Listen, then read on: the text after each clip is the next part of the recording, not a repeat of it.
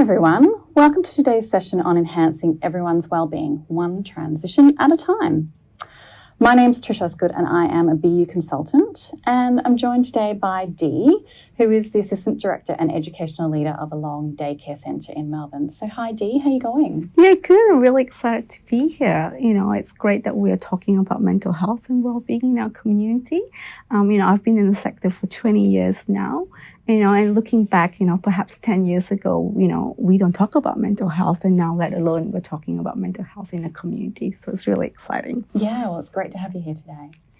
So we're just going to start off with an acknowledgement to country. So today we would like to acknowledge that we are meeting on the lands of the Boonwurrung and the Werrurrung peoples of the Kulin Nation, and pay our respects to the elders past, present and emerging, and welcome anybody who's joining us today to please share in the chat if you'd like to also acknowledge the lands that you're sitting on. So, yeah.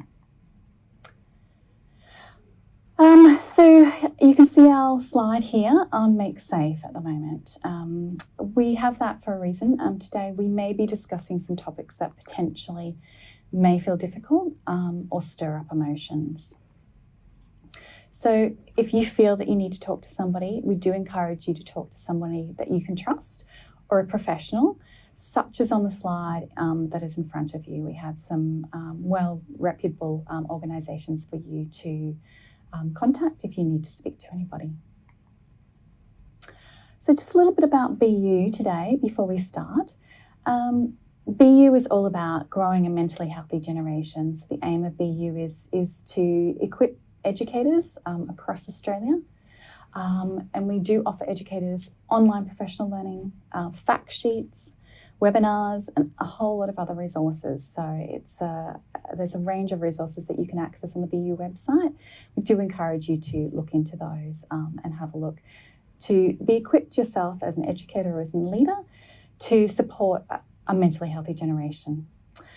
BU offers early learning service in schools tools and processes to implement a whole learning community approach to mental health and wellbeing. BU consultants such as myself and others that you'll listen to today can guide you through BU resources and connect you with educator networks as well. So a little bit about our conference. We have 2 days. It's going over 2 days. Day one is today, and that is on the Educator Wellbeing. So across the 2 days, we do have 10 sessions. So we do encourage you to get along to those. Some of these are consecutive sessions as well, or concurrent sessions. So today, our session is aimed at the early years around educator wellbeing, but also the wellbeing of everyone. Day 2 tomorrow is around inclusion. So if you'd like to join us tomorrow, please register and tune in. So a little bit about what we're going to speak about today. So we are going to talk about what are transitions and define those. We are also going to explore that transitions do create a sense of belonging. We're going to talk about transitions for recovery. And then we're going to talk about change and the impact on transitions. And finally, strength-based transitions, which I'm sure that you all have in your services and your settings already.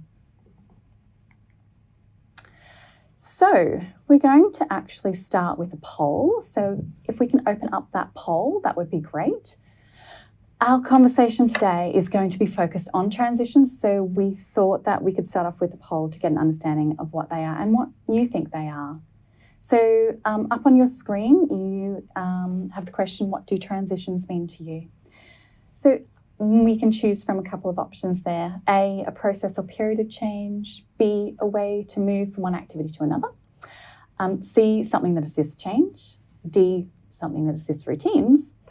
Or E, something else. And if you have something else that you'd like to define transitions as, please put that into the chat. We'd love to hear from you. But while we're waiting for the results, Dee, I am going to ask you to speak briefly about your understanding of transitions in your service and what they include. Yeah, sure. I guess for me, the first thought of transition is it could be a flow or moving from one stage to another. But, if we look at early childhood perspective, it could be, we usually relate transition as a routine or moving from one room to another. But look, if we step back and look from a holistic perspective, for the children, it could be transition from one emotion to another, when they're angry or sad, and getting really frustrated, or perhaps a milestone to another milestone. And for the families, it could be, a lot of families are going through orientation at the moment. It could be orientating into a new setting, or, towards the end of the year, slowly transitioning out into school environment. And for the educators, it could be transition into a new work environment or internally into a new role. So there's lots of ways that you can look at transition. But if we put on a well-being lens, it's basically providing a really sense of belonging for everyone, for the children, the families, and the educators. And it's supporting them and each other through those transitions, whatever it may be. Yeah, thanks so much, Dee. So we're going to close off that poll now, if that's okay, and just bring up those results and have a look at them. So let's have a look at those. I've got them on my iPad here. So, wow, whopping 75% have said that transitions mean to them a way to move from one activity to another. A couple of people have said a process or period of change. So it's really interesting there, Dee, because we're going to talk about both of those in depth today. Yeah, so definitely. That's really interesting that people have a totally different way of seeing it. Mm. So I guess we've just spoken about what you think transitions mean to you, but you just spoke about having a wellbeing lens. So I'd really like to hear a bit more about that and how that relates to your community and their sense of wellbeing, or transitions, relate to wellbeing. Yeah, I guess a lot of early learning centers do really well is having that really nice sense of belonging for the children. Lots of photos, spaces that they can call their own, little locker spaces, bag tags is really popular. But also having pictures of families is really, really nice for these children, especially the 0 to 2, really young children, for them to have that visual recognition of, this is my safe sense of belonging space and people that I know that I can reach out to. I guess for us as a service, we, have, we move children into a new room beginning of the year. But what we do really well at the end of the year, around November, is that we support these children to transition into these new spaces, but also having a familiar educator moving up with them beginning of the year so that they have that recognition of, this is a comfortable environment to be in, and also a safe educator to be with. Yeah, that's great, Dee. So I guess orientation is a huge process, particularly for families. Do you want to tell us a bit about that? Oh, definitely. Especially families who've, it's their first child. It's really, really overwhelming. It's that trusting relationship that you have to build with educators, essentially. So we often tell families that it's going to take it's going to be a slow process. There's going to be lots of short days, but really having that constant communication with families, but also a really nice space for parents to wait. Somewhere that's quiet, somewhere that is, natural, neutral colors. But, a nice cup of tea would definitely go a long way when parents are, having that nice quiet time for themselves. And so, Dee, I know that you said the educators move up with their children, but I guess, they're moving up with age, requirements and different demands in their programs, and it's a whole lot of things that will change for them. So they're transitioning as well. So how is the impact on them? Definitely, and I think it's the same thing for families and the children, having a really nice space to unwind and relax. I guess common areas like staff room, ensuring that it's uncluttered, neutral colors, but also one thing that we do really well in our service is to have a well-ratioed center. And that means that it's less stress for these educators, more focus on the children, and an opportunity to step away off the floor if needed. So having those less stress for the educators is really important for us. Yeah, that's great. So Dee, as your consultant, I've worked with you for a few years now, and I know that sadly your community experienced some loss and grief a couple of years ago. I just wanted to talk about the transitions and responses to this. Are you able to firstly take us through how have your experiences from this loss in your community? influenced or changed your processes or routines or transitions from that? Yeah, definitely. Look, I guess our first point of action as we process that initial shock and trauma is really to reach out to our networks and resources. And I called you personally, Trish. You actually asked me, am I okay? And I think those are really, really important questions to ask as we go through that critical incident situation that it can be quite overwhelming, or it could be a trigger. So I guess looking back now, having a critical incident management plan established is really, really crucial for services. And it's just about, coming together as a community to come up with a clear plan on, if a critical incidents do happen, what do we do? Who do we reach out for? What support do we have around us? Having BU consultant, contact details, or perhaps your counsel or your preschool officer on those plans is really, really important. And I guess for our educators, it's obviously they were deeply affected, and we were really, really, worried about their mental health and well-being. So for us, quite quickly, we actually organized an EAP counselor to come into the service. And for those of you who are not familiar with EAP, it's actually Employee Assistance Program. And that's great because it's a service for supporting employees, and it could be a confidential counseling support that they do offer for our educators. But also basically rostering extra educators during those period of time so that they can step out the room when things become too overwhelming for them. Yeah. And for the children, it's a lot of research around books and the language that we could use around the children. And we were really lucky that we had an educator with art therapy background, and that really helped with processing those emotions for the children. She did lots of, work around art and utilizing art as a tool for a release for these children. And one of the examples that she provide the experience was, using colors perhaps, different shades of blue. How does that make you feel when you think about color of blue perhaps? Or can you remember when you feel, sad or, anxious perhaps? And lots of sensory experiences, just like Play-Doh or, sand, lots of, rolling and squishing, and that was really, really helpful for the children. Yeah, wow. Yeah. Some great strategies there and transitions to help them move through that process as well. And what about the families? How did we go about that? Yeah, I mean, families were great. I think that really brought us together as a community. We opened up great conversation about loss and grief and what does that look like for each family and what that trigger points for different families are, and sharing those resources to them essentially. And I guess for us, in our service, we actually moved into COVID within less than 6 months. Wow. So we were already talking about well-being and mental health as a community. So it became quite a fluid transition into lockdown. Wow, that's amazing. You've been through a lot. So, and I know the Melbourne lockdown, particularly was huge for all of us down here. But I know it brought in a whole new aspect that has influenced your transitions and processes. So I guess what practices or transitions have changed or been reinforced as a result of this? And I know that went on for a long time. There was a lot involved with that. Yep. So let's break it down and talk about the children first. Yeah. So. Look, I guess for us personally as a service, there were a lot of quick changes for us to transition into from grief and into COVID. But that really gave us the opportunity to focus on mental health and well-being in all aspects, looking at the practices that we have embedded, reviewing our policies, and really looking at the resources. Are they up to date for our community?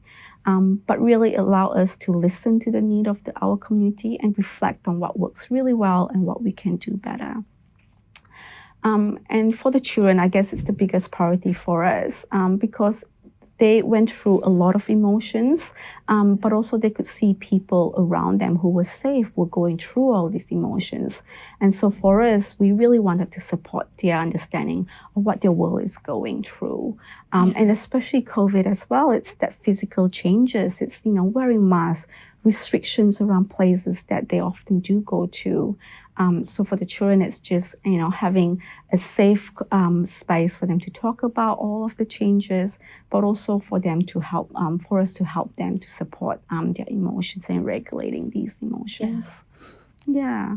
And one thing that really stick for us as a community is our emotion project. And basically it's about labeling emotions, things that they feel, things that they see, and what do they do as they regulate through or transition through these emotions. All the skills and the tools and the resources that we've learned from our art therapy colleague, that was really helpful. Because it's practical examples that we could use, the language that we could use around children that was safe, but also that really helped our educators, because they were going through all of these shock and trauma as well. So it was really, really helpful for all of our community. And one thing that we have, embedded practice that I really want to share and I'm really excited about is our Zen time. And that's one thing that we've put in place probably for 5 years now. It started off from the kinder children, being that we're a long daycare setting. We wanted to break the day apart. It's such a long day for these young children. And so Zen time was created so that they could have a space and time to relax. So we created this little Zen bag that had little tools and trinkets, quiet trinkets for them to explore with on their mat. It's really short period of time, but it was really, really handy for these children to have, something quiet to explore during a short period of time. And now looking back, we, reflected on perhaps, offering different options. So we've got, books that they can draw, or perhaps having, small little groups that they can read with an educator. That's been really nice. Smiling Mind app is really, really handy. They've got children meditation recording. One of our favorites is the starfish. You imagine being a starfish floating through the ocean. And literally we did this yesterday, and one of the kids was lying down. She's like, oh, I can feel it's cold.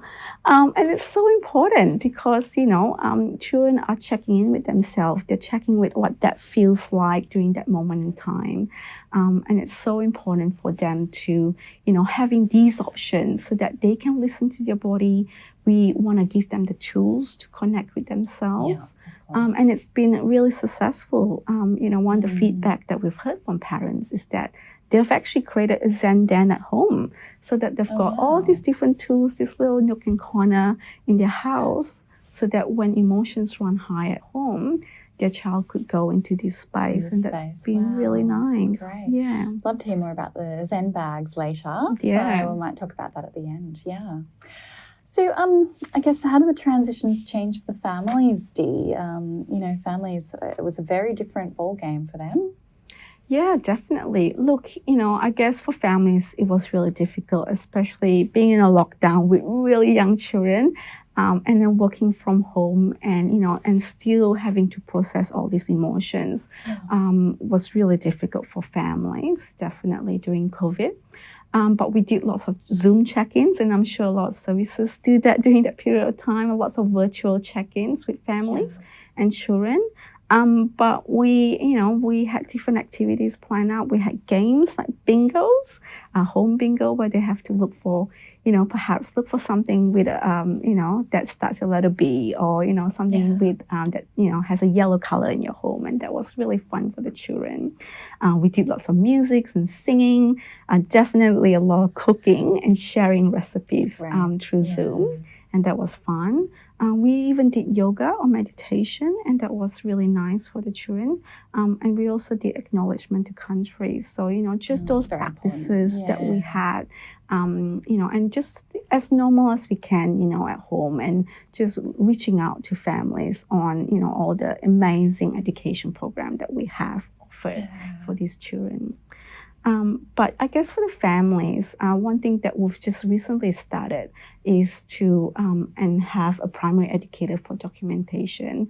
And basically it's really looking at ways to check in with families and building that consistent relationship so that we can have a positive outcome for children. So we've got an educator who are assigned with small groups of families that they're familiar with. And they pretty much, check in within a year and just to see how they progress and grow and what their developmental milestone is at, and building that goal with families, essentially. That sounds great. Yeah, and for the kinder children, because they are, able to articulate what their goals are at, they could perhaps, come up with a personal goal. It could be, I would like to learn to use scissors, or I would like to climb up to the top of the climbing tree. And then we as educators, we build educational goals with families, and that could be, supporting resilience or, having more problem-solving skills around that. So what differences in transitions were there for the educators? I mean, that was a very different way of teaching their children. So, yeah, definitely. Yeah, and I guess for the educators, it's about recognizing that, we're all different. Mental health looks really different. We've got different tools. The way how we rest and recharge is really different. I know that some days, yoga and meditation works. Some days doesn't, I can't sit still and, having podcasts. So it's really recognizing what works for you. So I guess for a service, we would like to offer a variety for these educators. We recognize that it's really important for them to recharge. And so we sometimes offer a wellness break, and that could be an extended break that they can go off and listen to a podcast or a meditation recording. Or a BU webinar. Yes, that's right, a BU webinar, most definitely. We've got walk and talk with a peer as well, or, or having pit stop with each other, that mental health check-in, essentially. And also, I guess, as a management, it's providing healthy tea breaks for these educators to recharge their energy. It's such a long day for these educators. Emotions do run high. So it's really important that we recognize that. And also, we've got lots of positive affirmations around common areas for these educators. And the bathroom's a great one. That's a quiet moment that we get often. But also, having those quiet moments to be able to taking deep breath and checking in with yourself is really important. And I guess we were really lucky during COVID. We were able to have a wellness PD for our educators. We did it virtually. And that was a show and tell session, essentially. We shared the tools that we use that make us happy. And that was in hope to spark others on different types of tools they could be using. And essentially, it's just supporting each other, really. Yeah. One big happy family. Yes, exactly. Yes. So, Dee, after going through so much as a community, take us through some of the strength-based approaches that your service has implemented with transitions and wellbeing routines. You have so much happening in your service, so I'd just love you to share it with everybody. Yeah, look, one thing that we do really well in our sector is, harnessing children's sense of belonging. It's part of our framework. It's the first, outcome for a framework. And I think a lot of centers do look at different ways to harness that, that feel of that safe and security and that sense of belonging for these children. But, it's also about that recognition of development and exploration of the environment. Lots of research around nature and sensory experiences as well that offers a holistic opportunity to connect with self. So looking at that and, recognizing the importance of self and, I guess nature is really important for us. We, prioritize outdoor education as well. We've got an outdoor educator at our service. And really looking at the, significant and positive transition and building that resilience for these children as they expose themselves when they connect to the country or, when they take risks and challenge themselves, really. And I'm sure a lot of services have, bush gardens and little bush tucker plants in their service. It's also about, being with nature, with the ground, digging and, smelling the ground, smelling the different types of, herb that you can have in your garden, mint and basil, it smells completely different. It feels different and it looks different. And going through these, what I see, what I feel, what I hear perhaps in our environment is really, really important for the children to be grounded. And one thing that we're probably really good at in early learning centers is creating quiet nooks. Indoor spaces can be, having a nice, perhaps a reading corner. Yeah. We've got in our outdoor environment, we've got a fairy garden that offers a quiet space for the children to go to. We also do have a few climbing trees at our center. So, it's about risk-taking and, for these children, it's about challenging themselves and be autonomous with their learning. Yeah. Yeah. But basically what we want to do is just different options for these children to connect with their body and express themselves in a safe environment. We know that, it can be overwhelming and just, we wanted to offer different spaces essentially that they can go to. That it could be indoor, it could be outdoor, essentially, that they can, have that quiet time. And so, Dee, it sounds like a lot of your transitions and routines are really closely connected to spaces. Yes. You've got a lot of spaces, but you've also got a lot of programs. So you've got your art therapy program, and you've got your 4-year-old bush tree kinder, Yes. And you go out to the community. Can you just tell us a little bit about that? Yeah, look, we call it tree kinder because we don't have bush in our community. Yeah. So, I guess it's pretty a similar concept where we take the children out, our 4-year-old kinder program. And basically it's just, having the same experience within our community, within our center. We want to extend that into the community, essentially. Yeah. It's about exploring different natives, plant in our area. It's about climbing different trees. It's about looking at, homes or parks or, roads or, that children are quite familiar with and that they can share together. Yeah. It's that sense of community and sense of connecting together, but also connecting with the country is really important for us. Yeah, that sounds amazing. And so just before I ask you the next question, I'm just going to invite anybody in the audience, if you are thinking of strategies or ideas that are happening in your service and you'd like to share that, please share that in the chat now. We'd love you to be sharing that with each other and having, conversations about your practice. We know that in the early years we do an amazing job at these programs and looking at different ways to support children, families and educators. So if you do have something that's happening in your service, we'd love you to share in the chat now. So I am going to ask you a little bit more about those Zen bags now too. Yeah. Dee, are you able to just expand on that a little bit more? What's the Zen time and Zen bags? I know that they're part of your transitions in the day to break up the day. Yes. Tell us a bit more about that. Yeah, so usually Zen time happens right after lunch, or perhaps half an hour after lunch. Where that's a quiet time for them to just break the day apart. We know that the older children don't have naps, but it's really important for them to rest their body essentially. So these Zen bags are created so that they could, not forced to lie down, but to have little trinkets to explore. And perhaps an option, they could lie down or not, and then they can reach out to different options in the Zen bag. So usually what we have in the bags, it could be perhaps Legos or magnets or little connectors. So really quiet things that they can explore by themselves within their little small space. So all the children have a little mat that they spread out throughout the indoor-outdoor space essentially. But I guess now what we've been doing is extending that Zen bag with different options. So, having, quiet moments and it could look really different. We could have small little groups that they can read with the educator. I guess, chapter books is really popular for the children, the older children. Yes. And Python is a popular one in our center at the moment. So, reading those kind of books together with an educator, snuggling in by having that quiet moment on the couch is also really nice for these children. Yeah.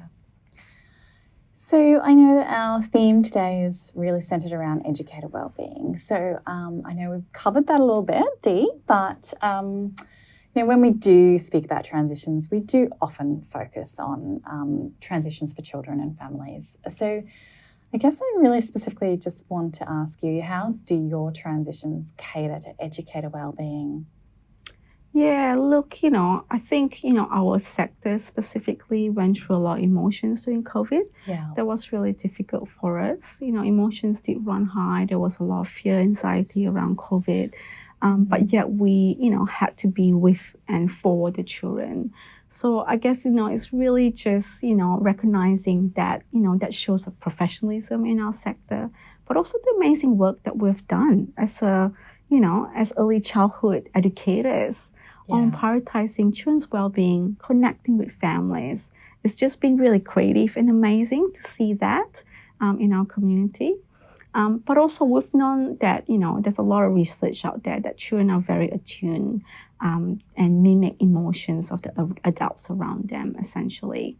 So for us, educators, mental health and well-being is definitely the biggest priority. We want them to be well, we want them to be present. So, it's really important for us to look after them so that then they could, support and regulate and look after the children and educate the children as well. But also, most importantly, supporting families. We educators, we often are the first point of contact for these families. Definitely. When families are worried, they come to us. So it's really important that we are, fully prepared, I guess, and grounded, I would say, when we actually do support our community. One thing that we do really well in our center is we check in with each other, in our educators. So some of the educators do check in with me as an educational leader, or they could check in with another colleague that they feel safe with and have built relationships with. Or they could check in with their room leader. And so it's really looking at, having that open communication. And we've got pit stops. So basically what we do during pit stop is, we've asked, questions like, how are you? How are you actually, are you okay? Or, share something that you like to celebrate. And really just, focusing on the positive, essentially. And then we talk about how can we build goals and what would you like to achieve in the next month, perhaps. So having that supportive relationship among the educators is really important for us. But more importantly, just recognizing that everyone's mental health and well-being looks really different. And that is okay. That it's okay that some days can be quite overwhelming. We've got supportive network within our community. And it might look a little bit different to different people on different days as well. But I think one thing that I like to, raise or, bring forward is just having a supportive management and community. Because essentially it really is really important for us to create a system in place that we are showing to these educators that we value you. We value the important work that you do. We value the, important, that your mindset and your mental and health well-being is really important. So having supportive management and committee is really, really important, I think, in more services. One thing that we've used in our service is having planning for well-being, my, yours, and ours too. And you can find that on BU resource on the website. And that's great. We use that to listen what our educators really need and how we can support each other as a team. And knowing what works for each educator. Some educators really like the walk and talk coffee chat. Some educators really prefer the longer breaks, or they would like more on, PDs on well-being, or, having easier access to AP. So as management, we'll be able to know that we can individualize the support essentially. And I guess for us, an action plan to move forward for us, we're trying to create a wellness team in our community, in our center, basically having different educators who are passionate about mental health and well-being, and that for other educators to reach out to different people. Also, we're looking at, establishing a well-being policy, that really shows that we value mental health. And that we've got, these embedded practices that we want to strengthen. And also we're looking at, having a mentoring system, ways that we can empower and motivate each other, and building on that strength. Because essentially, happy educators means effective teams, which means quality and, positive outcome for these children. And that's the biggest priority for us. Yeah, absolutely. Yeah. And I know that you as a service do professional learning really well. Your management are very supportive of releasing your staff to do that, which is so important to have them equipped and, just be prepared as well. Yeah.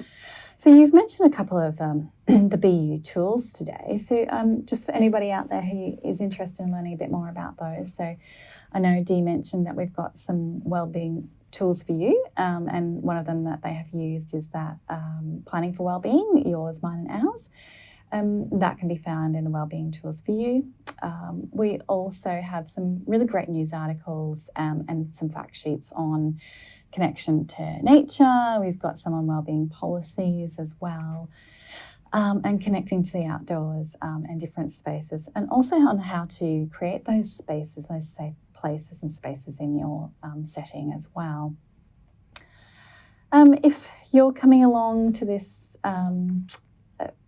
conference today and it's the first time you've heard about BU, there are ways that you can learn more about BU as well. So you can definitely register as a whole learning community to receive support. So if you register as a whole learning community, you will get allocated a consultant to support you in your journey through a variety of ways: phone call, email, online meetings, as well as promoting the BU events. So we have lots of events that you can attend online that are free for you. You can visit bu.edu.au for resources on critical incidents and more. So our Responding Together domain is all about developing critical incident management plans. So if that's something that interests you today, I highly recommend starting with that as your domain area. There's 2 modules in that, so it's a great place to start. But you can also just follow BU on our social media channels as well to keep up to date. We have Facebook and we have Twitter accounts as well. So you can find the one that relates to your setting and follow along with those as well. Now, Dee, we have some time now. We've got lots of stuff coming through. Fantastic. So we're just going to ask you a couple of questions that have been coming through. Yep. So a couple of comments first. So we've got lots of people sharing about what they do in their spaces as well. A participant was saying that, one of the biggest challenges is a quiet space for educators to withdraw to. So that's a bit of a challenge. Definitely. So maybe we'll start with that one and ask how you went about setting up your withdrawal area for your educators. Yeah, look, we are a small old building centre. So, having quiet spaces is a tricky one, most definitely. It's either the staff room where it gets really busy or the courtyard that pretty much is next to the under twos play spaces, and that can be quite noisy for us as well. But we've got a planning room at the back that we can free up for these educators. It's just having these spaces available for the educators. But also, I think it's that supportive community feel for us. We know that, all right, if someone actually needs a quiet space, everyone are able to step out that planning room, for example, and give that supportive space for, our colleagues. So I think it's just more of the understanding and just having a space for them to just have different tools that they can reach out to. Yeah, essentially. Yeah, great. And some people have shared some strategies that they're using as well, and they just found what you shared really validated what they were already doing. Yeah, great. Which was much of the same thing. So music and movement, cooking, Zen bags, yoga, ways to transition up the day, but also to support well-being in the process. So we've got lots about that. So one participant said, do you have any thoughts about transitions to meal or snack times that might support positive meal times? Yeah, definitely. I think that is always the biggest transition for children. But I think it's just listening to what the children really need and also having age-appropriate activities to break that transition apart.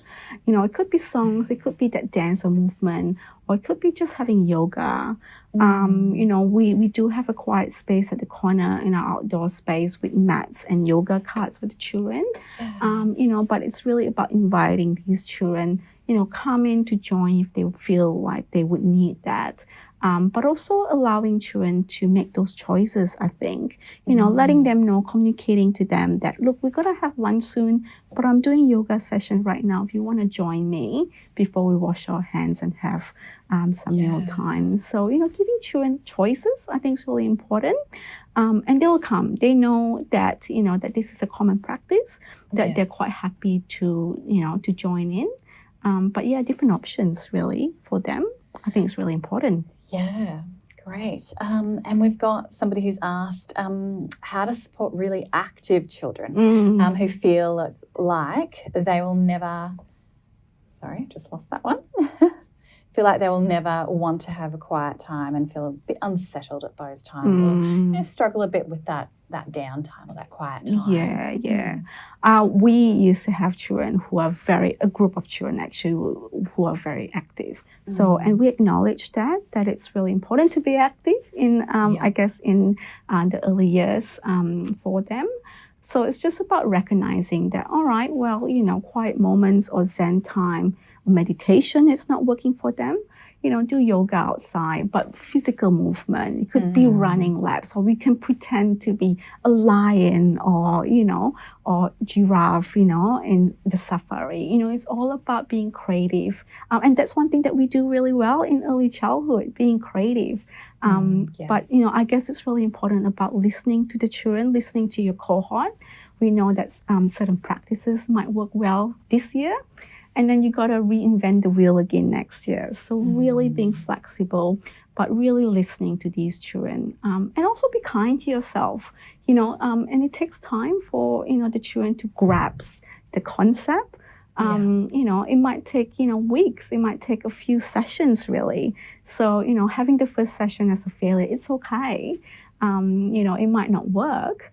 But, you know, keep trying, essentially, and be creative around it. Yeah. And I know that you support really well risky play in your service. But, you know, I guess as educators, we can observe those children too and monitor their own well-being. So we have a really great tool on the BU website, the BEATLES tool, which is an acronym for Behaviour, Emotions, Thoughts and Learning relationships. So that's a great tool to use as well. So it sounds like, you know, we've got lots of feedback here. We have a participant who said we have a new educator in our service who's completed the BU training. Wow. Well done. Yeah. Loving exploring the community with the children. Something that we really missed last year with restrictions. We're also blessed to be in a large open outdoor space, so that's a really important learning resource for us. So which is something you touched on today, was the outdoor environment and having those spaces to support your transition. So and they have created a relaxation space for the children. They encourage children to feel their heartbeat, and if their heart is beating fast, we talk to them about slowing down. So that sounds great. Lots of people who do kinder room, daily meditation, podcast, and mindfulness exercises. So you mentioned the Smiling Mind app that you use as well, and the stories. And there's some really great mindfulness stories for young children out there too. Yeah. So we have also had somebody who's asked, do you have any suggestions about where to find out about more progressive meal times? So that is children who are not necessarily used to having different, you know, the set times for eating. So how do we support that? Yeah, I guess it's also about listening to the children. So obviously, you know, sitting down all together might be quite overwhelming for certain children, but also recognizing that perhaps that's not something that they're used to at home. So I guess it's just about offering that to the children, you know, and communicating with the children, letting them know that, look, we're having lunch right now. Would you like to join us for lunch now, or do you want to continue, you know, building the blocks perhaps? But letting them know that, look, it's not rush. It's, I'm saving some lunch for you. And when you're ready, you can come and join us. Because I think, if you actually step back and look from a child's perspective, it can be quite overwhelming. It's loud, it's noisy. You're sharing this tight space with, your peers who are, perhaps they're really messy eaters as well, sitting next to you. And that could be really overwhelming for some children. So I guess it's just giving them the options. Progressive meal times is something that I really enjoy because I know for the fact that I'm a grazer, I eat at different times as well. And so it's just recognizing that this is a normal thing for some children and it's okay, if they choose to have meal times now or later. But also recognizing that children are able to really have that sense of, that being connected to their body. They know when they're hungry, they know when they're not, they know when they're ready to move on to the next activity, essentially. Yeah. And we've actually had another participant respond and put some suggestions in there as well. So we've had a couple of questions, one from a family daycare educator, as well as somebody in another centre that's a little bit challenged by not having enough staff to give the staff these extra break times or just to release them. So they just asked if there were any other suggestions for giving them that time out or that break. Or Yeah. I think that's and that's going back to having supportive management and committee. Obviously budget does play a big part in having extra educators, and we acknowledge that. But I think if you're a service that really values that, really well ratioed, and supporting educators to step out, even to go on toilet breaks, it's really important. Then, I guess perhaps, looking at budget and making sure that, down the track that you can have the extra educator within that short period of time so that educators have that choice to step out the room if needed, really. Yeah, no, that's great. I've even heard of some educators who have in their teams in the mornings, they get together and have a morning tea or coffee together to just give them that space. And as part of that transition into the day and part of their routine, they do that together to just talk about things and just prepare for the day. So I've heard that that's a really great transition and routine that a lot of people do put into place as well. Just that beginning to the day and just a really significant ending to the day as part of their transition to moving into their home environment as well. So look, lots that have come through the chat. And it's so good to see that a lot of services are doing almost or somewhat similar to what we're doing. Great. And it's so good to see that services are being creative and really, I guess recognizing that you've actually tuned in today because you know that it's really important for, our mental health and well-being so that we can be there for the children to support their own mental health and well-being as well. So it's really nice to see that we've come together and share all this knowledge together. Yeah. People are doing, it's nice to validate that people are doing just a great job as well. Most definitely. Yeah. So here's one last question for you to end off our session today. I know that you're the assistant director as well as the education leader. So, as somebody who's in a leadership position and management position, how do you cater for that? Because I know that a lot of the directors that I speak to are just so time poor and they're so busy supporting their educators that they forget about their own well-being as well. So can you talk to us a little bit about how you manage your own well-being look, I can be the biggest hypocrite to be saying this. But look, I think it's really having supportive management team. I'm very lucky that I've got great, directors that really support our well-being, but also having that positive relationship. I know that educators often do come in and say, Dee, you look like you need a break. You look like you need a coffee or a walk or let's go for a walk. So I think building that relationship with your team is really important.